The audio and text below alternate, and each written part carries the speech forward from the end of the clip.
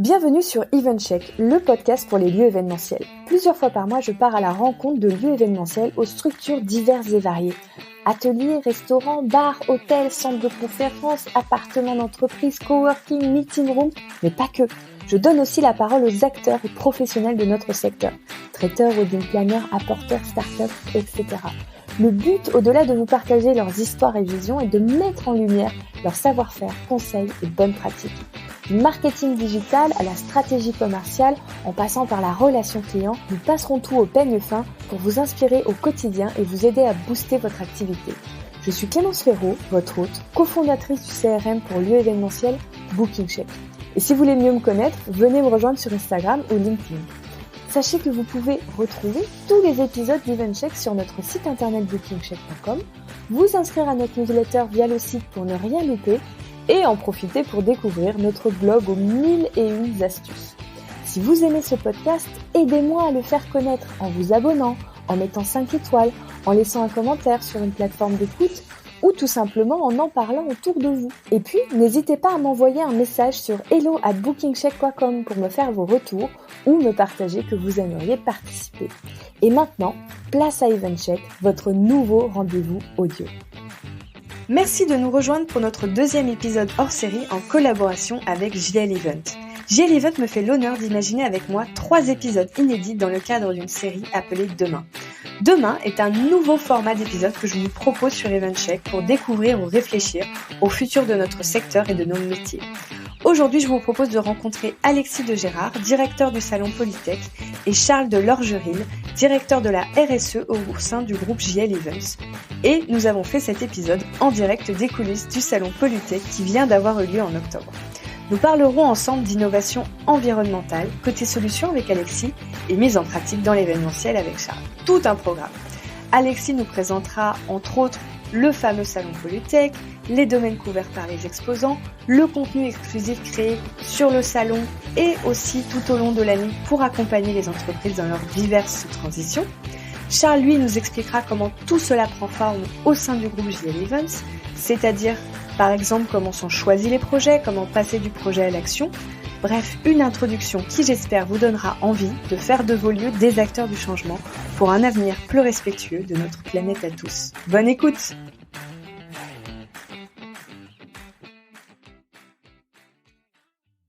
Bonjour Alexis, bonjour Charles, bienvenue sur EventCheck pour notre nouveau hors-série Demain. Comment allez-vous ? Très bien. Ça va très bien. Bonjour Clémence. Bonjour. Alors, avant de rentrer dans notre vif du sujet, parce qu'aujourd'hui, on va parler de sujets très très importants pour notre avenir à tous, de façon générale. Alexis, vous êtes le directeur du salon Polytech, qui se tient donc en ce moment. C'est la 29e édition. Quel a été pour vous le déclencheur de votre prise de conscience écologique ? Eh bien, en fait, à l'origine, moi, je suis surtout un passionné de technologie. Toute ma carrière, j'ai travaillé dans l'innovation et le développement de technologie. Mhm. Et ensuite, j'ai voulu allier cet aspect technologique avec l'environnement. Et j'ai travaillé sur des sujets qui étaient liés à l'efficacité énergétique, à l'énergie, aussi des sols pollués pour des villes, des territoires et l'industrie. Et D'accord. c'est de cette époque-là que j'ai fréquenté Polytech en tant que visiteur et exposant de longue date et que ma conscience environnementale s'est accrue en me disant qu'il fallait accélérer. Et en particulier, j'ai mené un projet personnel que j'avais de longue date, il y a 2 ans maintenant, où j'avais un projet familial qui était de faire le tour d'Afrique en 2 ans avec mes 3 enfants. On a traversé en D'accord. famille plus de 20 pays, 50 000 kilomètres en voiture, et on a traversé des pays où j'ai pu mesurer l'impact du changement climatique. J'ai pu voir l'exode rural, j'ai pu voir la perte de biodiversité, l'érosion du littoral, la pollution plastique sur tous ces continents, qui est beaucoup plus avancée sur le continent africain qu'il est aujourd'hui chez nous. Mais c'est demain ce Oui. qui nous attend tous. Et je me suis dit, il faut aller beaucoup plus loin, il faut aller plus vite, et j'avais envie de jouer un rôle plus impactant sur les sujets de l'environnement. Et c'est à cette époque-là que je suis rentré en contact avec l'organisation de Pollutech. Pollutech qui est un événement à la fois international et majeur sur les sujets de l'environnement qui faisait complètement du sens pour moi. Magnifique, bah quelle histoire. Et donc avec vous, Charles, vous êtes le directeur de la RSE pour le groupe JL Event depuis un peu plus d'1 an. Alors on voit sur votre LinkedIn que vous avez un parcours assez varié. Qu'est-ce que ce parcours vous a apporté comme arme pour faire front justement sur des transformations sur des groupes comme JL Event qui sont quand même des grands groupes, et j'imagine que la mise en place de certains projets, c'est des projets de grande ampleur. Oui, Clémence, c'est intéressant que vous parliez de transformation parce que justement chez JL Events, on a une direction générale de la transformation qui englobe notamment les sujets de RSE. Elle englobe ces sujets de RSE, d'innovation et de digital. Pourquoi ? Parce que on peut pas considérer les expertises chacune dans son silo. Et donc c'est intéressant pour ça d'avoir chacun des parcours variés, de travailler ensemble, puisque en fait ça sert à rien d'être un expert, d'être un pro de la RSE. Ce qui est intéressant, c'est de connaître le métier dont on parle. C'est d'avoir une approche très opérationnelle. Et donc c'est vraiment l'approche qu'on essaye de développer. Donc vous parliez de mon parcours, c'est vrai que j'ai un parcours assez varié, puisque j'ai travaillé au départ dans l'industrie forestière en Afrique centrale. J'ai eu moi aussi un projet il y a quelques années de tour qui était en vélo à l'époque, un grand voyage d'1 an dans lequel moi aussi j'avais traversé 25 pays et pris conscience notamment des besoins en matière de solidarité et de puisque c'était un projet qui était autour de la microfinance et du développement de projets solidaires dans les pays en développement. Et puis donc je suis rentré dans le groupe JL Events il y a maintenant 5 ans, dans lequel j'ai fait du développement sur plusieurs métiers, sur le métier de l'organisation des salons et puis sur le métier de la gestion de sites événementiels. Oui. Donc je viens de là, je viens plutôt des métiers plus que de l'expertise développement durable. Et c'est ça qui est intéressant si on veut bien aborder les sujets. On va y revenir un peu après justement parce que je pense que je redis justement. Je pense que c'est intéressant pour les lieux qui nous écoutent de comprendre comment, grâce à leur expertise métier, ils peuvent venir englober des nouvelles choses parce que sur le terrain ensuite ça va bien fonctionner. Alors. Aujourd'hui, on tourne cet épisode dans les coulisses du salon Pollutech. C'est le dernier jour du salon, si je me trompe pas. C'est exact. C'est ça. Il y a des jours aujourd'hui. Et comment se passe ce millésime 2021 après voilà, on a traversé des années qui, je pense, ont une résonance particulière. Est-ce que il a un goût un peu particulier, ce salon ? Ah mais complètement, c'est ce que j'allais dire. Il y a une énergie qui se dégage du salon qui est juste incroyable. Alors on avait conscience du fait que les gens avaient besoin de se retrouver, le contact physique, c'est ce que tout le monde nous disait, mais de le vivre, il y a une effervescence et une joie de vivre qui se dégage du salon. On reçoit un nombre de mails de visiteurs qui nous félicitent et qui se réjouissent du salon, et de même des exposants en disant qu'ils ont prévu beaucoup trop petit cette année, qui nous étonne. Et voilà, on sent, on retrouve cette convivialité qui nous manquait tant, voilà, on sent qu'il y avait ce besoin était là, il y a vraiment une énergie particulière cette année. Non, c'est magnifique. Et alors, justement, en parlant du salon, pouvez-vous nous expliquer, pour tous nos chers auditeurs, ce qu'est le salon Pollutech, pour ceux qui ne connaissent pas ? Pollutech, c'est une institution, c'est un salon qui a 40 ans, c'est le salon international de l'événement et de l'énergie. C'est un salon qui a vu naître de nombreuses innovations dans tous les domaines de l'environnement. On aborde les sujets de l'énergie, de la transition énergétique, des sites et sols pollués, de l'air, des déchets. tous ces sujets qui sont aujourd'hui complètement interconnectés parce que tout est interdépendant. Et avec des technologies qui sont en plus de plus en plus transverses, c'est-à-dire qu'on parle de plus en plus d'Internet des objets, d'intelligence artificielle, de big data. Aujourd'hui, il y a besoin de communication pour rendre tous les sujets de l'environnement de plus en plus efficaces, parce qu'on est surtout à la recherche aujourd'hui d'efficacité et on est aussi à la recherche de produire mieux en consommant moins, donc l'économie circulaire qui est au cœur du salon cette année. D'accord. Et ce salon s'adresse à tous les professionnels? Est-ce que Alors il y a une Polytech est cible particulière? Alors, Polytech est un salon effectivement B2B, c'est un salon professionnel qui s'adresse aux industriels, aux villes et aux territoires qui veulent accélérer leur transition énergétique et écologique en allant chercher les produits, les technologies, les services qui vont pouvoir leur faire. Donc voilà, c'est un salon d'entreprise. D'accord. Et justement, Charles, pour vous qui êtes directeur de la RSE sur un groupe événementiel d'ampleur, est-ce que ce type de salon, c'est un temps fort pour vous en termes d'inspiration, de rencontres, au-delà du fait que vous l'hébergez Oui, bien aussi? sûr, c'est ce que j'allais dire. D'abord, c'est un temps fort parce qu'on est très content de l'accueillir et comme le disait Alexis, c'est aussi pour nous l'occasion de voir des exposants heureux, de voir un sourire qui est quasi généralisé. On est tellement content de retrouver ces événements que évidemment c'est un temps fort. C'est vrai aussi que le groupe G11 accueille à Eurexpo le salon et donc évidemment de ce point de vue-là c'est un temps fort. Et puis c'est un temps, c'est vrai, d'inspiration. Un certain nombre dans mon équipe, on a essayé de passer au maximum pour venir écouter des conférences, apprendre des choses, se renseigner sur les innovations en cours, se promener dans les allées, découvrir aussi revoir des acteurs qu'on connaît, renforcer aussi notre carnet d'adresses, faire un peu de veille. Donc oui, c'est un temps fort évidemment. On a découvert des sujets sur l'économie circulaire, sur la gestion des déchets, qui sont des sujets importants pour nous. On en reparlera peut-être. Donc oui, c'est un temps fort et un vrai temps d'inspiration. Magnifique. Non, mais je voulais le souligner parce que ça peut aussi donner envie à nos auditeurs d'en savoir plus et de s'inspirer. Alors, on a des lieux événementiels indépendants ou des structures indépendantes qui vont peut-être plus consommer toute la partie contenu, mais sur des groupes d'ampleur qui ont des vraies équipes en interne, ça peut être intéressant aussi de se pencher un peu plus sur Polytech et de venir le découvrir.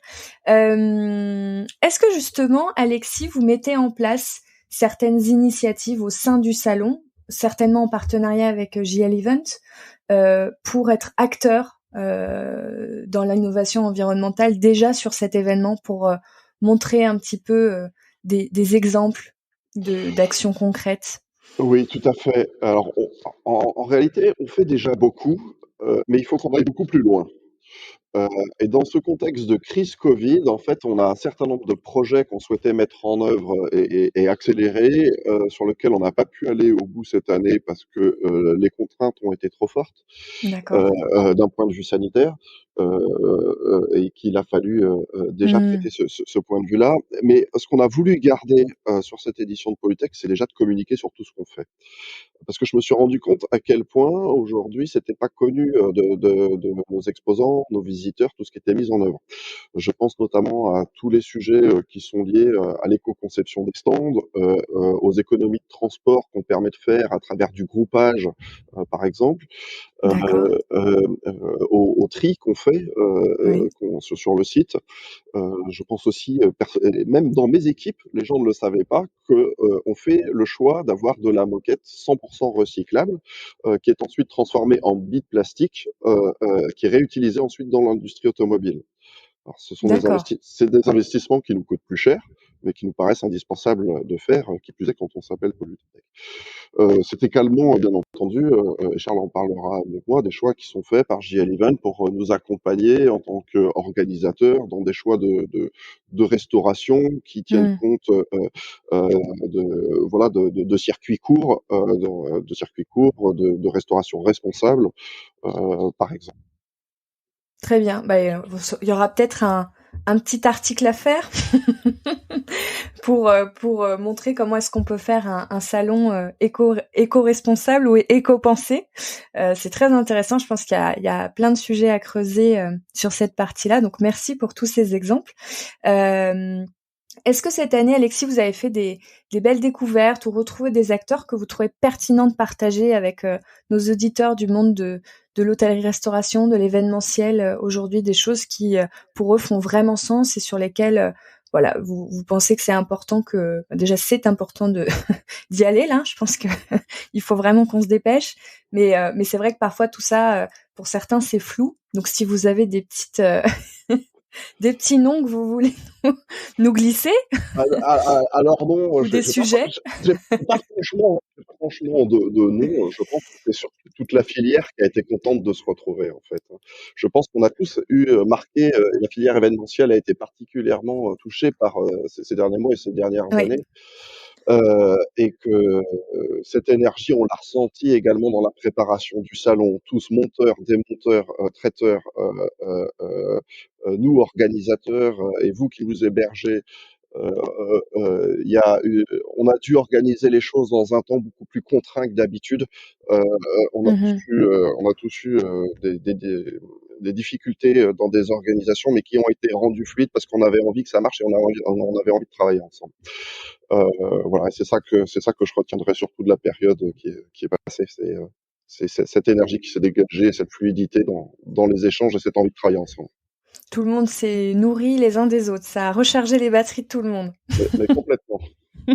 D'ailleurs, c'est le moment où, justement, pour ceux qui veulent aller plus loin, qui veulent vraiment rentrer dans le concret, moi j'ai découvert que vous aviez un super site internet qui s'appelle learnandcollect.polytech.com que je mettrai en lien au niveau de la description de l'épisode, où il y a beaucoup d'informations précieuses sur tout ce que vous faites autour de Polytech. Notamment, il y a le blog, il y a des vidéos, il y a un annuaire avec toutes les solutions qui exposent, et peut-être plus que ça d'ailleurs, à vous, vous nous direz tout. Est-ce que c'est quelque chose, cette partie contenu, cette partie transmission, est-ce que il y a une volonté au sein de Polytech de continuer à développer? Mais oui, complètement, parce que quand j'ai repris la direction de Polytech, je me suis rendu compte que c'est incroyable. On travaille 2 ans pour la préparation de Polytech et en 4 jours, c'est terminé. Il y avait un côté un peu frustrant à ça. Un peu frustrant, oui. Voilà, et là, d'ailleurs, je suis en pleine frustration parce que c'est le dernier jour. Et je me suis dit, mais c'est incroyable, pendant 4 jours, on a fait 450 conférences. On a réuni un nombre d'acteurs incroyable et on n'en garde rien. En tout cas, c'est éphémère. Et je me suis dit, mais il faut capitaliser sur tout ça. Il faut qu'on continue à le faire vivre. Il faut toute la parole qui a été portée sur Polytech pour accélérer cette transition. Il faut continuer à la mettre en avant. Et c'était le sens de la création de cette plateforme. C'est une plateforme d'information, 365 jours par an, où on va retrouver tout le contenu de Polytech. Donc, ce sont effectivement des blogs, des livres blancs, où on a identifié des sujets sur lesquels notre communauté était en demande d'information, notamment cette année sur le cas des financements. Ce sont les replays de toutes nos vidéos qui ont été captées, alors pas toute une sélection de vidéos qui ont été captées sur Polytech cette année. Donc, vous parlez de tout ce qui est conférences, table ronde, talk. C'est ça, conférences, talk, notamment sur notre tribune cette année. Donc, on a fait une sélection de 40 conférences phares sur Polytech cette année qui ont été transmises en live et qui sont maintenant disponibles en replay sur cette plateforme-là, LearnConnect. Et puis, c'est effectivement un annuaire de solutions qui est ouvert à tous les acteurs de l'environnement et de l'énergie, exposants et non exposants. Tous ceux qui sont porteurs de solutions peuvent rentrer leurs solutions sur cette plateforme qui permet de mettre en avant leurs solutions, et puis à tous les visiteurs de cette plateforme de rentrer en contact avec eux via un bouton demande d'information ou demande de devis. Donc on continue. Notre métier c'est de permettre aux gens de faire du business, et on continue à le faire de cette manière-là aussi tout au long de l'année. D'accord. Bon, donc on a bien fait d'en parler parce que je pense que là, tout acteur, et donc pour nous, les acteurs CHR et événementiels peuvent aller voir ce qu'ils peuvent trouver. comme solution. C'est intéressant ce que vient de dire Alexis, parce que on parle souvent de RSE, de responsabilité sociale et environnementale des organisations, et souvent on se concentre seulement sur les externalités, évidemment sur les impacts qu'on va pouvoir gérer, les déchets, l'énergie, etc. Et on oublie parfois que la première des responsabilités d'un événement, d'un salon, c'est de rassembler les hommes et les femmes d'une filière pour qu'il en sorte quelque chose. Et donc mettre en valeur le contenu qui sort de ces rencontres, qui sort de ces événements, qui sort de ces rassemblements, c'est aussi une manière d'assumer la responsabilité de l'organisateur de l'événement. Et ça, c'est important. C'est vrai qu'on a tellement, on a souffert pendant 2 ans de ne pouvoir tenir nos événements parce on avait envie de se voir, c'est vrai, mais aussi parce que on s'est rendu compte de l'influx vital que pouvait avoir un salon sur une filière par l'innovation, par le contenu, et c'est ça la vraie prise de conscience. Donc les initiatives pour mettre en valeur le contenu, c'est des initiatives de vraie responsabilité. Ah bah c'est pas moi qui vais vous le dire le contraire. Moi, je suis une pro-contenu. Je pense qu'il faut garder tous les contenus précieusement. Et c'est pour ça que j'ai été aussi très sensible au site, parce que je me suis dit, c'est quand même super. Je sais que pour beaucoup d'acteurs, ce sont des sujets qui sont compliqués. Ils n'ont pas tous la chance. Je parle de mon secteur que je connais. Évidemment, je ne suis pas spécialiste de tous les secteurs, mais pour notre secteur de l'événementiel et du CHR, c'est des sujets qui peuvent paraître parfois un peu flous, un peu massifs. Et je me suis dit, mais c'est génial d'avoir cette plateforme où on peut passer du temps à s'informer, à rencontrer, alors que quand on se retrouve face à sa barre Google de recherche, ça peut être un peu l'océan. On se dit, bon, qu'est-ce que je vais chercher? donc voilà, je trouvais ça... je trouvais ça vraiment une belle initiative, et en effet, ça permet aussi de faire vivre Polytech 360 jours par an. Donc c'est super. Charles, justement, est-ce que vous pouvez nous expliquer les ambitions, les engagements RSE que porte le groupe JL Even depuis plus de 10 ans? Ah oui, avec plaisir. C'est vrai que le groupe s'est positionné il y a effectivement plus de 10 ans sur ces sujets de responsabilité sociale et environnementale. À ce moment-là, dans des organisations comme la nôtre, c'était être relativement pionnier. C'est vrai qu'aujourd'hui tout le monde en parle, mais on oublie qu'il y a 10 ans, il fallait batailler pour intégrer dans nos process une réflexion systématique sur les enjeux sociaux, sociétaux et environnementaux de nos activités. Alors il y avait plein de choses qui étaient déjà faites.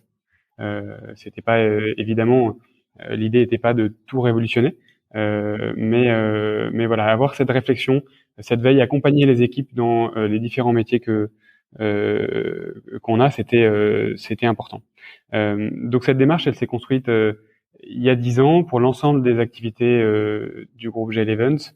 GL Events, je rappelle rapidement, c'est 110 filiales qui ont toutes des métiers différents au service de l'événement, de l'organisation d'événements propres, la gestion d'espace pour accueillir ces événements, et puis tous les services nécessaires à la production de l'événement.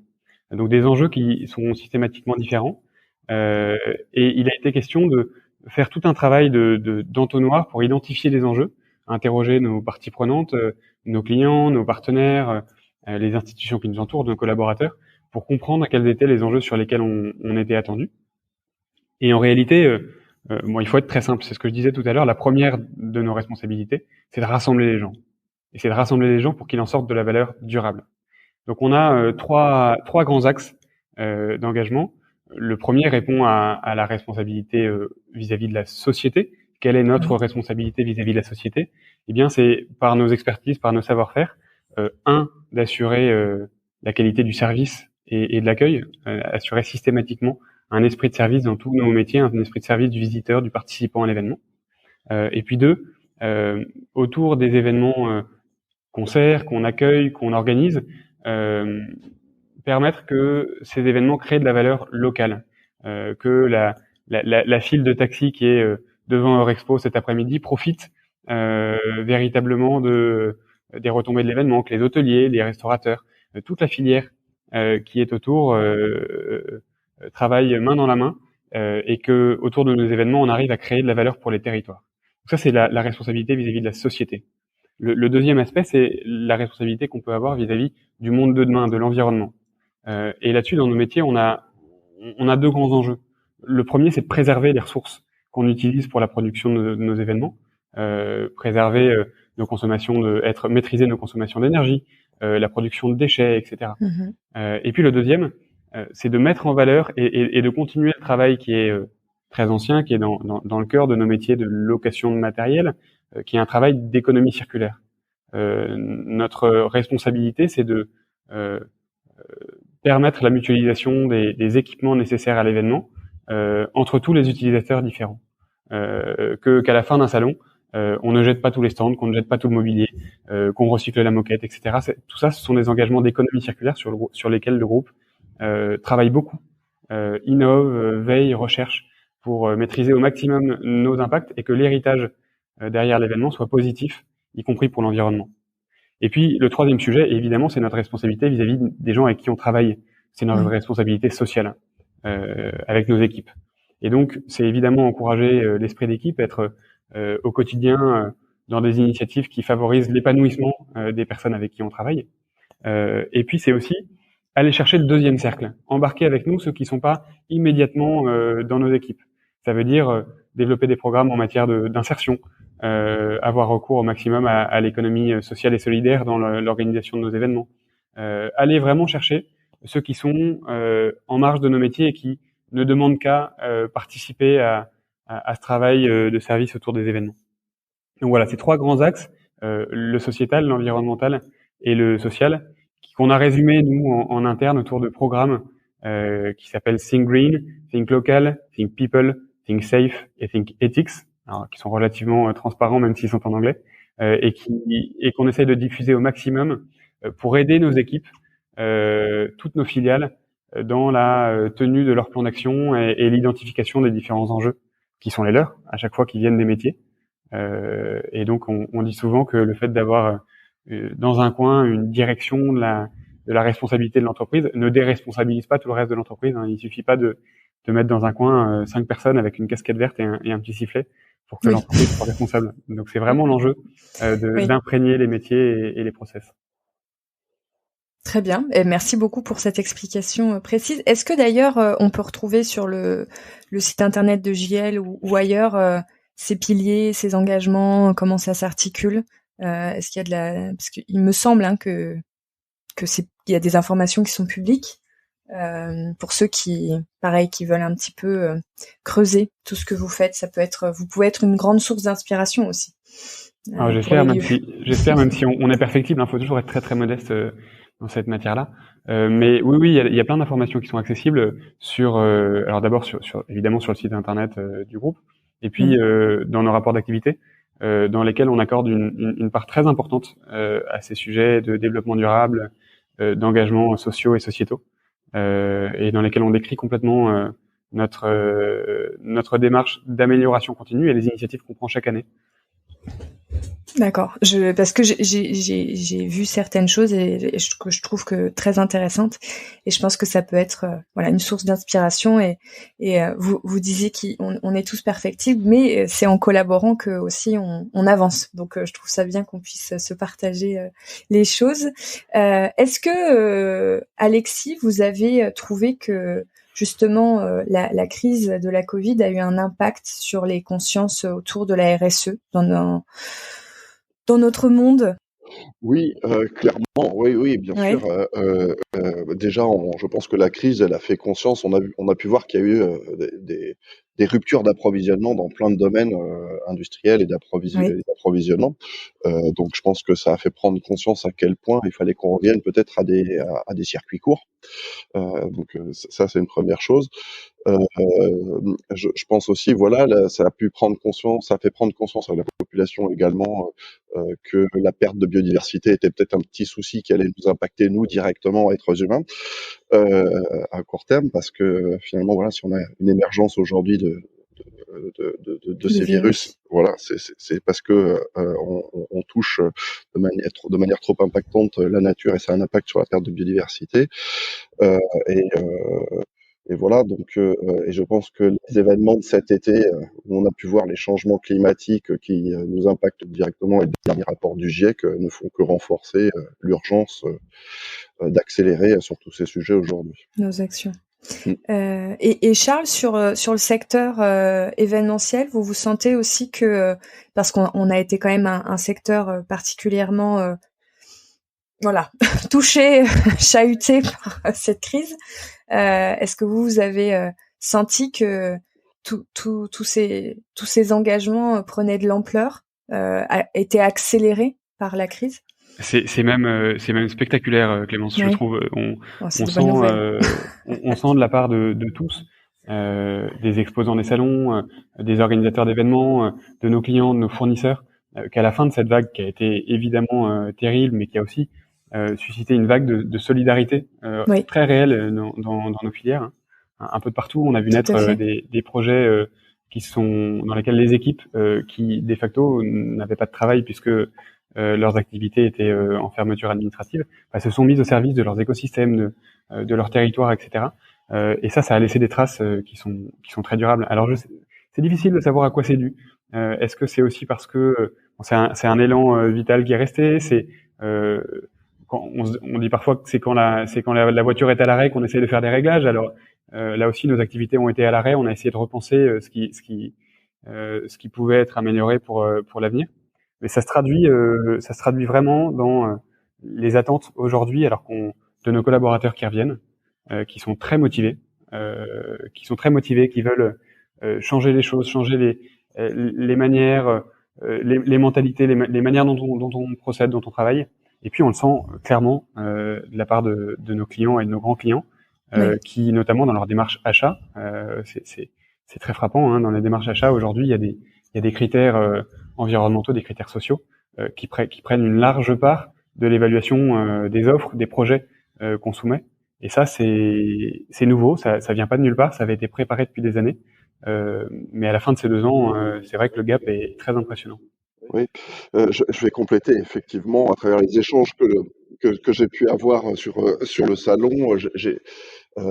J'ai pu échanger avec un certain nombre de grands groupes qui me disent, mais depuis peu de temps, nous rattachons la RSE directement au président de l'entreprise. Ah oui. C'est des choses assez nouvelles. Ouais. Et ces grands groupes nous disent, il y a 2 ans, c'était pas le cas. Mais aujourd'hui, oui. Et parmi les thématiques phares qu'on a abordées sur Polytech cette année, un des 5 focus thématiques qu'on a abordés, sur lequel on s'est concentré, c'est la prise en compte de la biodiversité par les entreprises.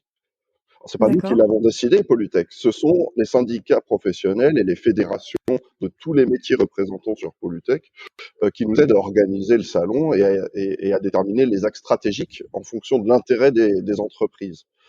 Et ce sujet est émergé. Il y a quelques années, qui aurait parlé de la prise en compte de la biodiversité par les entreprises? Je pense que c'était pas les sujets qui ressortaient en premier lieu. Voilà. Et aujourd'hui, c'est le cas. Donc c'est des vrais changements. C'est intéressant ce que vous venez de dire sur la façon dont vous collaborez pour remonter les sujets. Vous pouvez nous en dire un peu plus? Ça se passe comment? C'est-à-dire qu'il y a des cellules de réflexion dans les syndicats? Bien sûr, ça a toujours été le cas sur Polytech. Polytech est organisé avec donc les fédérations, les syndicats professionnels de tous nos métiers, qui sont les représentants des secteurs de l'air, de l'eau, des déchets, avec l'ADEME, avec tous les secteurs qui représentent Polytech, et on se réunit trimestriellement pour parler de l'organisation de la prochaine édition du salon, des axes stratégiques du salon, des sujets à faire émerger et des sujets prioritaires. C'est avec ce comité d'organisation que nous construisons le salon et que nous le faisons évoluer année après année. Ça peut donner des idées à Event Again, la clé, je pense aux associations événementielles de lieux qui peuvent imiter ce système pour faire remonter des sujets sur lesquels ils se sentent un peu affaiblis pour y répondre et profiter de l'expertise de certains. Donc c'est pour ça que je creusais. Je trouve que c'est très intéressant comme fonctionnement et c'est inspirant. Justement, par rapport à tous ces sujets qui émergent, où il va y en avoir qui vont avoir plus de poids à certains moments que d'autres, etc. Il y en a sur lesquels on est peut-être un peu plus en avance, plus en retard. Comment ça se passe concrètement, Charles, pour choisir les projets? Comme vous, ça fait déjà plus de 10 ans je vais pas trouver mon mot, que vous agissez sur tous ces domaines. Comment vous choisissez vos projets? Alors, Comment vous réfléchissez à demain, aux enjeux? Alors, il y a deux moyens. D'abord, le premier, qui est fondamental dans les approches de responsabilité sociale, c'est l'interrogation très fréquente de nos parties prenantes. J'aime pas beaucoup le partie prenante parce qu'on sait jamais trop de qui on parle, mais là, ça veut vraiment dire l'interrogation de nos clients, l'interrogation des collaborateurs, des institutions avec lesquelles nos prestataires, bien sûr, des institutions qui nous entourent. Ici, nous sommes à Lyon, évidemment, on est très souvent en contact avec la métropole, avec la ville, etc., avec les acteurs du territoire. C'est beaucoup eux qui nous remontent les sujets. On n'est pas dans une tour d'ivoire. L'objectif, c'est vraiment d'être en dialogue constant avec les parties prenantes. C'est ça qui fait identifier les enjeux. Puis le deuxième moyen, c'est qu'on fait de la veille d'innovation, de la veille réglementaire, hein, bien sûr. Il y a des sujets sur lesquels parfois la réglementation nous pousse à agir. On essaye quand même parfois de prendre un peu les devants. Et donc on fait de la veille et de la R&D, de la veille technologique. Si je peux juste rebondir sur, je vous laisse continuer après. Je veux juste rebondir sur la partie réglementaire. Vous parlez du légal ou vous parlez de tout ce qui est normes de qualité qui vous, comme vous êtes engagé, vous oblige à être toujours dans les clous par rapport à certaines chartes. C'est quoi? Non, je pensais au légal. Au légal, ok. C'est vrai qu'on est engagé dans un certain nombre de parce que chartes, vous avez des labels, qui nous donnent des méthodes notamment, notamment la certification ISO 20121 que certains des auditeurs doivent connaître parce qu'elle est vraiment spécifique au milieu de l'événementiel. Elle est très structurante cette norme. Mais effectivement, non, là je faisais référence au légal. Très bien. Donc la deuxième méthodologie. Pardon. Et puis donc le troisième sujet, c'est la veille technologique. Qui aurait pu dire il y a 3 ans que l'hydrogène serait déjà accessible pour la production d'énergie sur des événements. C'est vrai qu'on n'aurait pas su le deviner. Et en même temps, en menant cette veille technologique avec nos experts métiers, on a repéré par exemple qu'on pouvait maintenant avoir des générateurs électriques à hydrogène. Ça c'est nouveau. Et évidemment, on n'aurait pas pu le programmer dans un plan stratégique à 5 ans lancé en 2017. D'accord. Voilà. Et ces veilles, vous avez des petites cellules en interne, des équipes dédiées qui travaillent vraiment que sur ça, ou c'est par métier, ou certaines personnes plus, on va dire, plus intéressées par tout ça, volontairement aussi, sont beaucoup plus en veille sur tous ces sujets-là. Comment c'est structuré? Alors, c'est l'objectif d'avoir une équipe spécifiquement sur les sujets de RSE. Hein. On est 5 dans le groupe à assurer une part de veille technologique et réglementaire. Mais le plus gros du travail se fait vraiment dans les métiers. C'est vraiment les experts métiers. Je prenais l'exemple de l'hydrogène. L'innovation, elle a été repérée par les experts métiers de l'énergie chez nous. Donc c'est vraiment, en fait, c'est à la fois une prise de conscience de chacun, à la fois une méthodologie. Le fait d'avoir dupliqué cette méthodologie ISO 20121 dans la plupart de nos filiales nous a permis d'identifier des référents dans chaque filiale, d'identifier des interlocuteurs métiers, etc., des plans d'action. Et puis c'est partout, là aussi dans la conduite de l'interrogation des parties prenantes. On essaye de faire de l'animation de réseau, de travailler avec des associations qui nous entourent, des associations comme le Chaînon Manquant, comme Hayden, etc., avec lesquels on travaille ici à Lyon, alors en l'occurrence pour la récupération des denrées alimentaires, c'est elles qui nous poussent souvent des innovations, des bonnes idées, des nouvelles possibilités. D'accord. Et du coup, je continue sur ce sujet-là. J'ai une dernière question.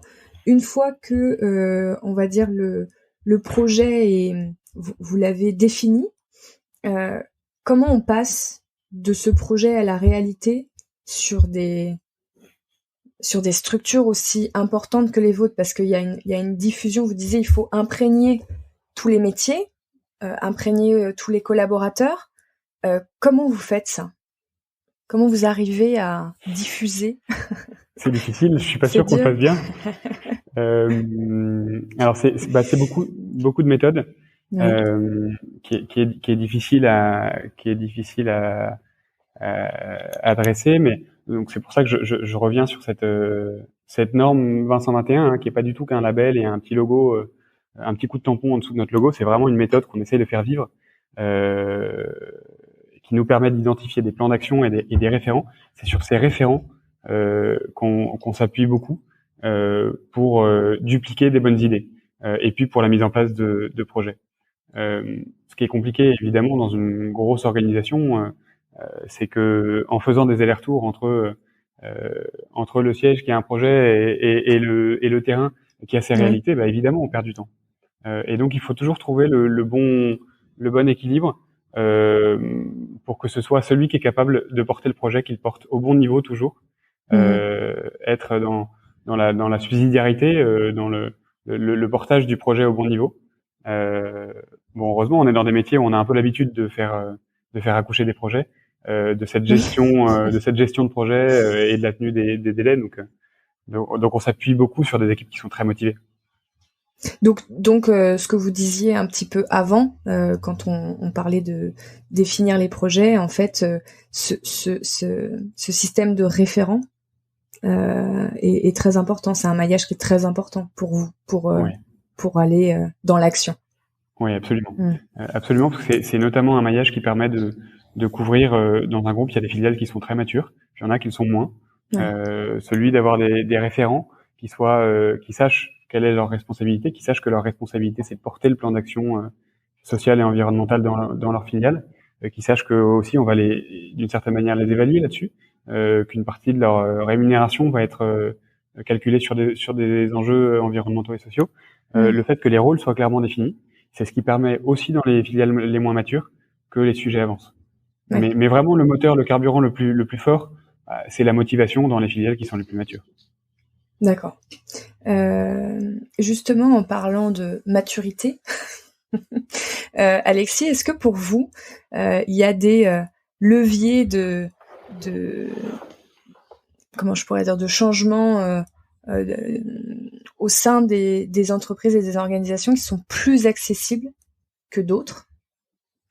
Je sais pas, je vais dire par exemple l'énergie vs le gaspillage alimentaire, ou la biodiversité qu'on soulignait tout à l'heure sur les enjeux qui intéressent les différentes organisations aujourd'hui. Est-ce qu'il y en a qui sont plus accessibles que d'autres aujourd'hui grâce à tout ce qui existe comme initiative? Est-ce qu'il y en a qui sont plus difficiles à l'entrée que d'autres? Est-ce que vous pouvez nous faire un petit état des lieux? Je dirais effectivement la partie efficacité énergétique me paraît assez facilement accessible maintenant parce que il y a un cadre réglementaire qui existe, il y a des incitations. Efficacité, vous entendez quoi par efficacité? Efficacité énergétique, c'est tout simplement. Efficacité énergétique. Oui, efficacité énergétique, c'est bien ça, voilà. J'avais compris efficacité et énergie.